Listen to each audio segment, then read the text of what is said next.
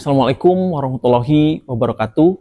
Salam sejahtera bagi kita semua. Om Swastiastu, Namo Buddhaya, salam kebajikan, Rahayu. Saya Robi Rahman Nurdiantara, dosen tetap pada program studi komunikasi Universitas Halim Sanusi, Kota Bandung. Video ini merupakan bagian dari pernyataan diri dosen dalam unjuk kerja Tridharma Perguruan Tinggi PDD UKT-PT khususnya di bidang pengajaran sebagai salah satu syarat proses sertifikasi dosen 2025 yang diselenggarakan oleh Kementerian Pendidikan Tinggi, Sains, dan Teknologi. Salah satu kinerja saya dalam bidang pengajaran yang tercantum dalam laporan beban kinerja dosen pada aplikasi Sister dan merupakan bagian integral dari pelaksanaan Tridharma Perguruan Tinggi adalah pengelolaan dan pelaksanaan salah satu mata kuliah yang saya ampu, yaitu mata kuliah penelitian komunikasi. Mata kuliah penelitian komunikasi dengan kode KM 200105 merupakan mata kuliah berbobot 3 SKS, yang juga mata kuliah wajib menjadi prasyarat bagi mahasiswa sebelum menempuh skripsi. Mata kuliah ini dirancang untuk membekali mahasiswa dengan pemahaman mendalam mengenai konsep, pendekatan, dan teknik penelitian dalam studi komunikasi baik secara teoretis maupun praktis. Mahasiswa akan mempelajari secara komprehensif tentang pendekatan kualitatif, kuantitatif, dan metode campuran atau mixed method. Termasuk di dalamnya desain penelitian, teknik pengumpulan dan analisis data, hingga penerapan metodologi dalam berbagai konteks komunikasi seperti media, organisasi, budaya, masyarakat, dan lain sebagainya. Tujuan utama dari mata kuliah ini agar mahasiswa mampu merancang dan melaksanakan penelitian komunikasi secara sistematis, kritis, dan etis sesuai dengan standar akademik dan perkembangan terbaru dalam ilmu serta industri komunikasi. Melalui penguasaan materi dalam mata kuliah ini, mahasiswa diharapkan tidak hanya siap menyusun skripsi sebagai tugas akhir, tetapi juga memiliki landasan berpikir ilmiah yang kuat, reflektif, dan relevan dengan dinamika komunikasi kontemporer. Mata kuliah penelitian komunikasi memiliki relevansi yang kuat dengan 3 aspek utama capaian pembelajaran lulusan program studi Universitas Halim Sanusi, yang bukan hanya memberikan landasan metodologis bagi mahasiswa, tetapi juga mendukung pencapaian sikap profesional, keterampilan berpikir kritis, dan kemampuan teknis riset yang menjadi fondasi penting dalam pengembangan keilmuan komunikasi maupun praktek profesional di masa depan. Yaitu pertama, CPL 1 tentang sikap, menanamkan nilai etika, integritas, profesionalitas, dan tanggung jawab sosial dalam proses penelitian, agar mahasiswa dapat menjunjung tinggi prinsip-prinsip etika akademik, termasuk kejujuran ilmiah dan tanggung jawab terhadap subjek dan data penelitian. Kedua, CPL 2 keterampilan umum, melatih mahasiswa agar memiliki kemampuan berpikir logis, kritis, dan analitis dalam mengidentifikasi masalah komunikasi, merumuskan pertanyaan penelitian, dan menyusun argumentasi berbasis data yang merupakan inti dari proses penelitian ilmiah. 3. CPL 3 yaitu keterampilan khusus, dengan membekali mahasiswa kemampuan merancang, mengelola, dan mengevaluasi riset komunikasi berbasis data dan analisis media selaras dengan kebutuhan industri dan dunia akademik yang berbasis riset dan data-driven communication. Capaian pembelajaran mata kuliah atau CPMK dari penelitian komunikasi yaitu pertama, aspek pemahaman konseptual dan teoretis. Mahasiswa memahami paradigma, teori, dan metode penelitian komunikasi, baik pendekatan kualitatif maupun kuantitatif. 2. Aspek perancangan riset. Mahasiswa mampu merancang riset secara ilmiah dan sistematis, mulai dari merumuskan masalah hingga menentukan desain dan instrumen penelitian.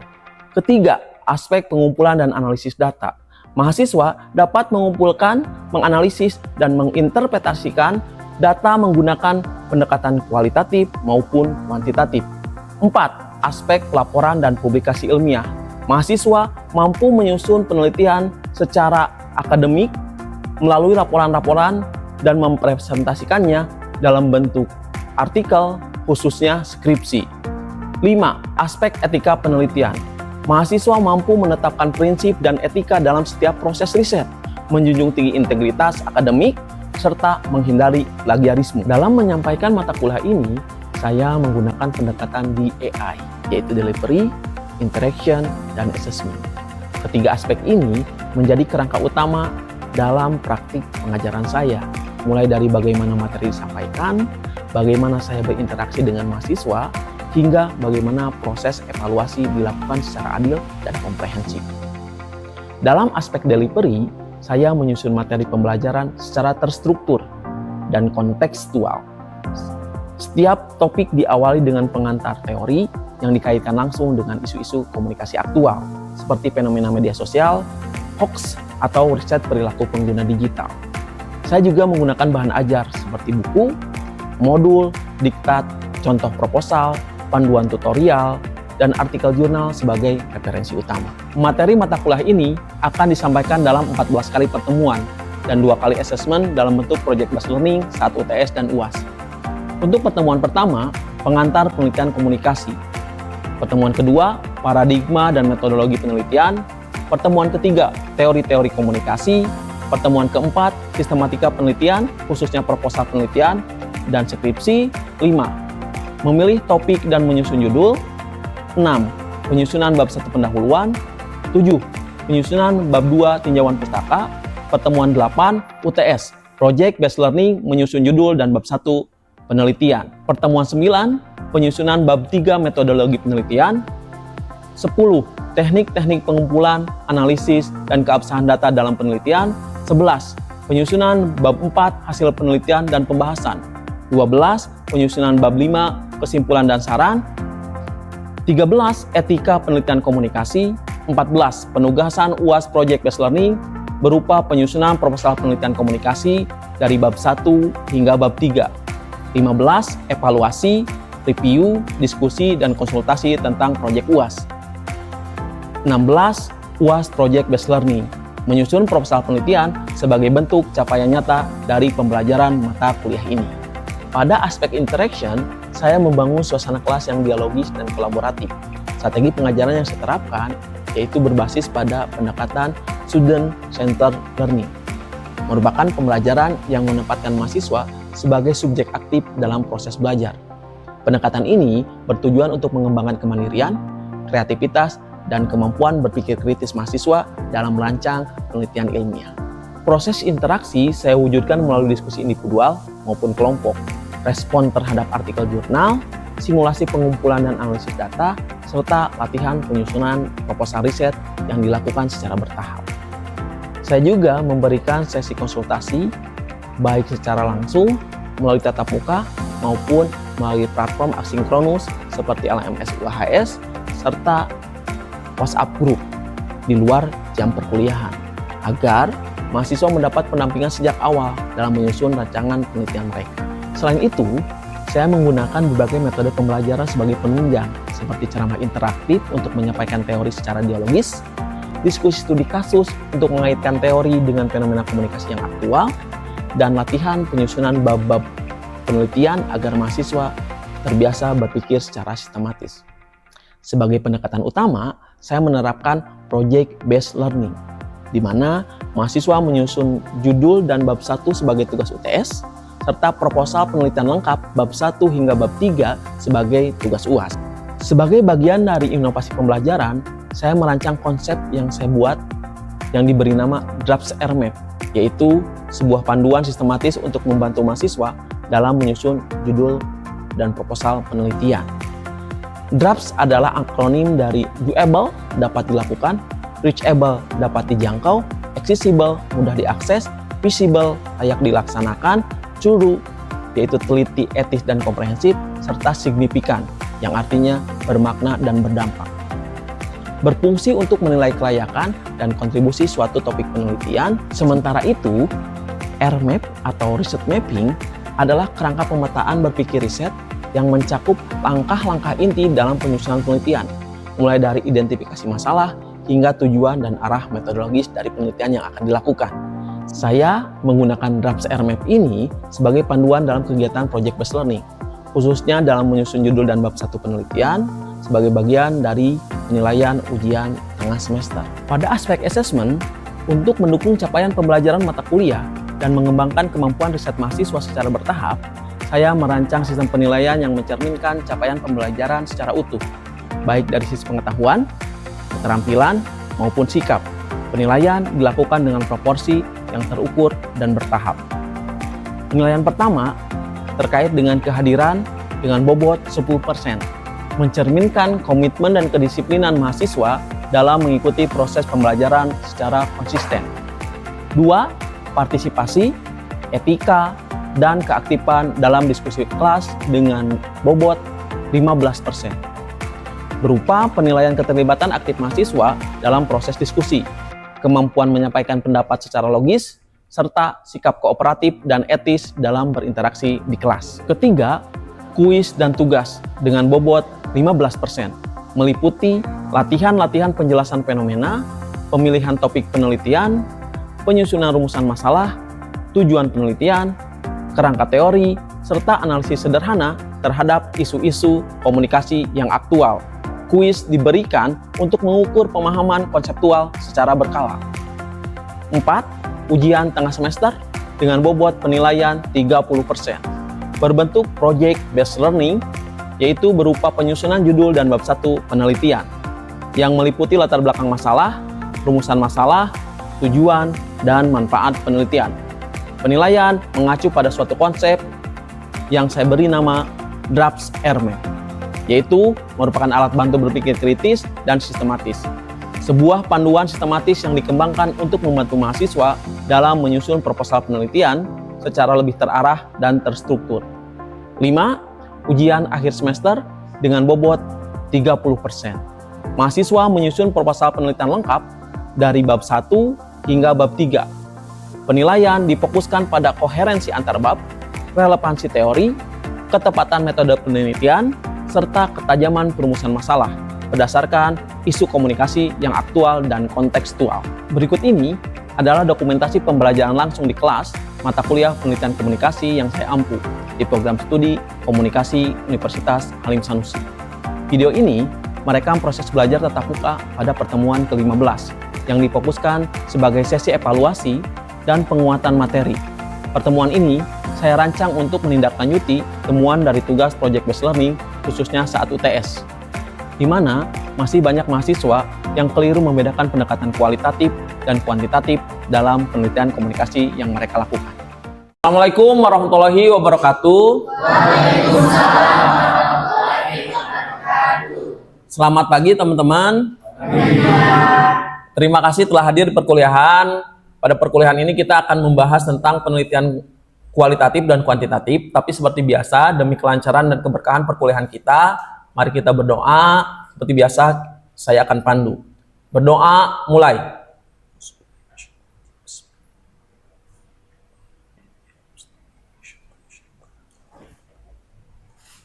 Bismillahirrahmanirrahim. Bismillahirrahmanirrahim. Robbi jidni ilman. Rabbi zidni ilman. Warjukni fahman. Warzuqni fahman. Allahumma inna nas'aluka Allahumma inna nas'aluka ilman nafi'an ilman nafi'an wa rizqan thayyiban wa rizqan thayyiban wasi'an nafi'an wasi'an nafi'an wa amalan mutaqabbala. wa amalan mutaqabbala. Rabbi shlahli sadri Rabbi shrahli sadri wa yassirli amri wa yassir li amri wahlul 'uqdatam min lisani wahlul 'uqdatam min lisani yafqahu qawli. yafqahu qawli. Amin ya Allah ya Rabbal alamin. Terima kasih teman-teman. Berdasarkan perkuliahan yang telah kita tempuh sebelumnya, saya mengidentifikasi berbagai persoalan atau mungkin kendala yang dialami teman-teman mahasiswa terkait memilih metode penelitian. Teman-teman masih mensandarkan bahwa memilih penelitian lebih kepada saya ingin memilih penelitian kualitatif karena kualitatif itu tidak ada hitungan statistik ya. Nah, teman-teman pasti mikirnya ke sana, padahal sebetulnya setiap metode penelitian yang kita gunakan sama-sama memiliki kekurangan dan kelebihan. Betul, memiliki kekurangan kelebihan. Contoh, analisis statistik dianggap sulit karena apa? Karena apa? Hitungan ya, hitungan. Teman-teman menghindari matematika dan lain sebagainya. Padahal saya pernah menjelaskan bahwa statistik atau matematika sebetulnya sama-sama penting dalam kehidupan. Matematika itu memaknai dunia dengan angka. Teman-teman dihitung, teman-teman di kelas ini ada berapa orang kan menggunakan matematika. Jadi sebisa mungkin jangan menghindari itu. Memilih kualitatif karena karena tidak ada statistik. Padahal dalam kualitatif ada kekhasan tertentu. Contoh, teman-teman sekarang misalnya melakukan penelitian kualitatif menggunakan analisis konten. Kira-kira kalau menganalisis konten apa yang harus dilihat? Kan harus dilihat ekspresinya apa, suaranya apa, pakai lagu apa, pakai suasana musik apa, kemudian narasi yang disampaikan apa. Kita menginterpretasikan si pemilik konten ngomong apa. Setelah itu kemudian dideskripsikan, setelah dideskripsikan dianalisis. Maksud si ini ngomong ini apa? Kemudian kenapa posisinya ketika misal bikin video yang ditayangkan adalah tayangan ini? Kemudian kenapa simbol misalnya seseorang pakai baju warna hitam tujuannya apa? Sebetulnya banyak kekhasan tertentu. Jadi untuk itu mari kita ulas kenapa teman-teman butuh penjelasan tentang bagaimana cara mengawali memilih metodologi penelitian. Berdasarkan hasil UTS, saya sudah menyarankan bahwa langkah awalnya saya membuat konsep membuat konsep drafts doable, kemudian reachable, accessible, draft F-nya visible, kemudian curut, soal etika, dan terakhir signifikan. Itu landasan awal ketika teman-teman akan melakukan penelitian. Itu penting. Nah, maka selanjutnya adalah apa yang menjadi perbedaan penelitian kualitatif dan kuantitatif. Sebetulnya dalam penelitian dalam penelitian komunikasi, bahkan dalam penelitian umum, sebetulnya ada 3 pendekatan yang bisa teman-teman pakai. Yang pertama kualitatif, yang kedua kuantitatif, yang ketiga metode campuran. Tapi untuk tataran level sarjana, saya pikir teman-teman mendingan lebih fokus kepada, saya mengarahkan teman-teman lebih fokus kepada 2 penelitian itu saja. Karena kalau metode campuran, jelas teman-teman harus menguasai dua-duanya, dan itu lebih rumit. Menguasai satu saja butuh proses yang panjang, apalagi menguasai dua-duanya kan, seperti itu. Jadi kita akan membahas tentang itu. Oke, yang pertama, penelitian dalam ilmu komunikasi dapat ditempuh melalui 2 pendekatan. Yang pertama kualitatif dan kuantitatif. Nah, yang membedakan keduanya adalah punya dasar paradigma yang berbeda satu sama lain. Ada tujuan yang berbeda, metode atau cara yang berbeda, dan logika berpikir yang berbeda. Contoh kalau logika berpikir, kalau kualitatif, logika berpikirnya apa? Induktif atau deduktif? Induktif. Apa? Induktif. Benar. Kalau kualitatif itu pola pikirnya apa? Induktif. Betul ya. Jangan ragu ya. Berarti sebaliknya kalau induktif itu dari apa? Dari khusus ke umum. Artinya cara berpikir kualitatif itu teman-teman melihat ada fenomena apa dulu yang ada di masyarakat. Oh, ternyata ada fenomena di masyarakat itu. Sekarang fenomena yang muncul adalah mahasiswa Gen Z khususnya lebih suka menggunakan media sosial atau terbiasa menggunakan HP.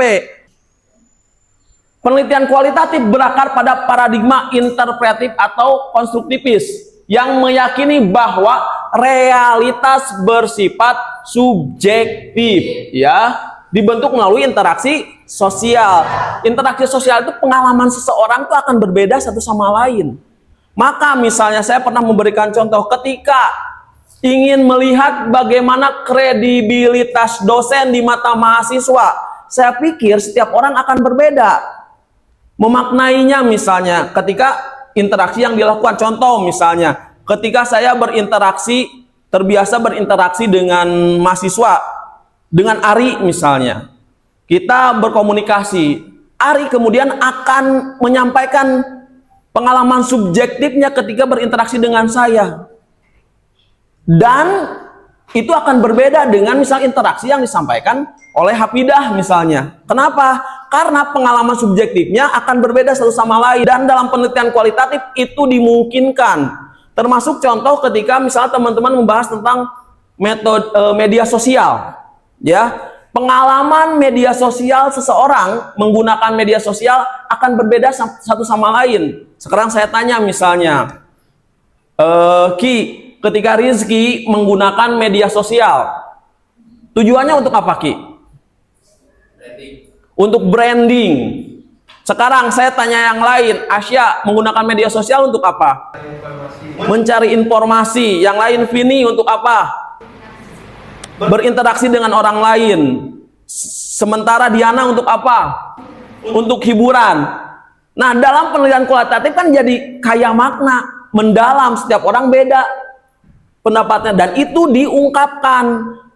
Pengalaman seseorang itu kemudian diungkapkan. Kalau itu dalam penelitian kualitatif. Nah, kalau kuantitatif berbeda. Nanti kita akan bahas selanjutnya.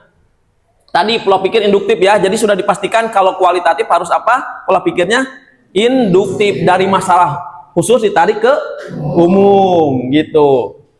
Kalau analoginya seperti menyusun puzzle berdasarkan potongan-potongan kecil yang ditemukan satu persatu. Teman-teman pernah bermain puzzle ya? Kalau bermain puzzle itu biasanya ada puzzle yang sudah ditandain. Betul nggak kalau untuk anak kecil ada batasnya ya? Oh, yang bentuknya seperti ini tempelin ke sini. Nah, kalau itu kuanti karena sudah ada dari awal bentuknya. Kalau kuali dari yang sudah tersebar.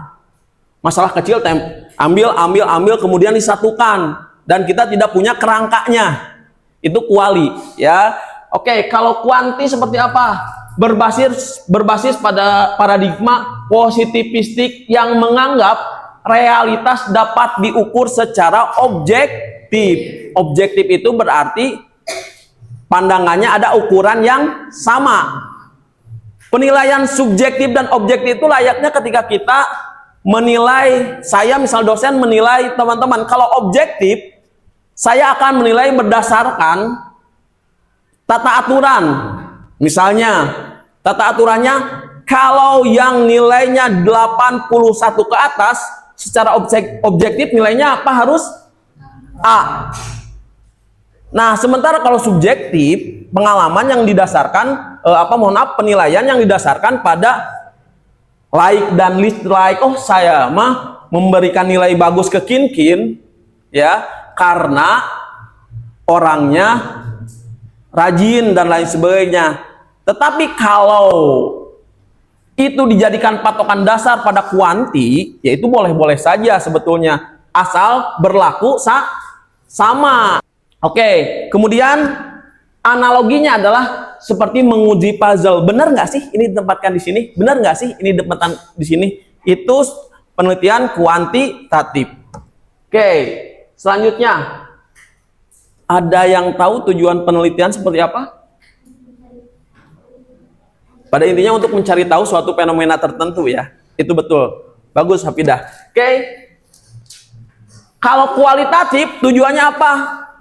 Nah, ini yang bisa dijadikan dasar oleh teman-teman ketika nanti memilih metodologi penelitian, teman-teman. Oke. Kalau tujuannya dalam rangka misalnya untuk memahami, menginterpretasikan, dan menjelaskan makna dari fenomena komunikasi dalam konteks tertentu. Teman-teman, definisi ini konteksnya adalah sebagai penelitian komunikasi. Setiap revisi itu membawamu lebih dekat kepada Jadi nanti ketika direvisi nggak apa-apa, karena revisi itu proses perbaikan. Jadi nggak usah khawatir ketika direvisi. Oh ya udah, ketika direvisi berarti sebentar lagi saya akan nyampe. Selanjutnya, setiap halaman skripsimu adalah bukti kamu tidak hanya belajar tadi, tapi sudah tumbuh menjadi seorang ya. Jadi ya bisa teman, oh iya, jadi proses berpikir kan, yang membedakan sarjana dengan yang lain itu kan proses berpikirnya harus lebih luas. Skripsi adalah latihan terakhirmu sebagai mahasiswa, tapi awal pertamamu sebagai pemecah masalah di dunia nyata. Ketika teman-teman sudah beres skripsi, welcome to the world, gitu ya. Balik lagi ke dunia nyata, teman-teman harus menyelesaikan persoalan-persoalan yang muncul. Tidak selesai, teman-teman. Apakah ketika teman-teman sudah skripsi, teman-teman beres persoalannya, ada masalah baru yang harus dipecahkan? Ya, oke. Ini, kamu tidak sendirian. Setiap orang hebat mendapatkan gelar sarjana pernah pusing karena skripsi. Tapi mereka tetap lulus. Kamu juga pasti bisa, ya. Oke. Itu teman-teman yang bisa sampaikan. Terima kasih. Mudah-mudahan apa yang saya sampaikan bermanfaat. Sekali lagi, skripsi itu teman-teman di awal teman-teman jangan punya mental block. Dari awal menganggap bahwa skripsi sulit dan lain sebagainya. Sulit kan bukan berarti tidak bisa. Bahkan terkadang yang paling saya sedih adalah teman-teman skripsinya belum dikerjakan, tapi di awal sudah sulit. Kan jangan jahat kepada diri sendiri. Jangan zolim kepada diri sendiri, menganggap sesuatu sulit sebelum dilakukan. Toh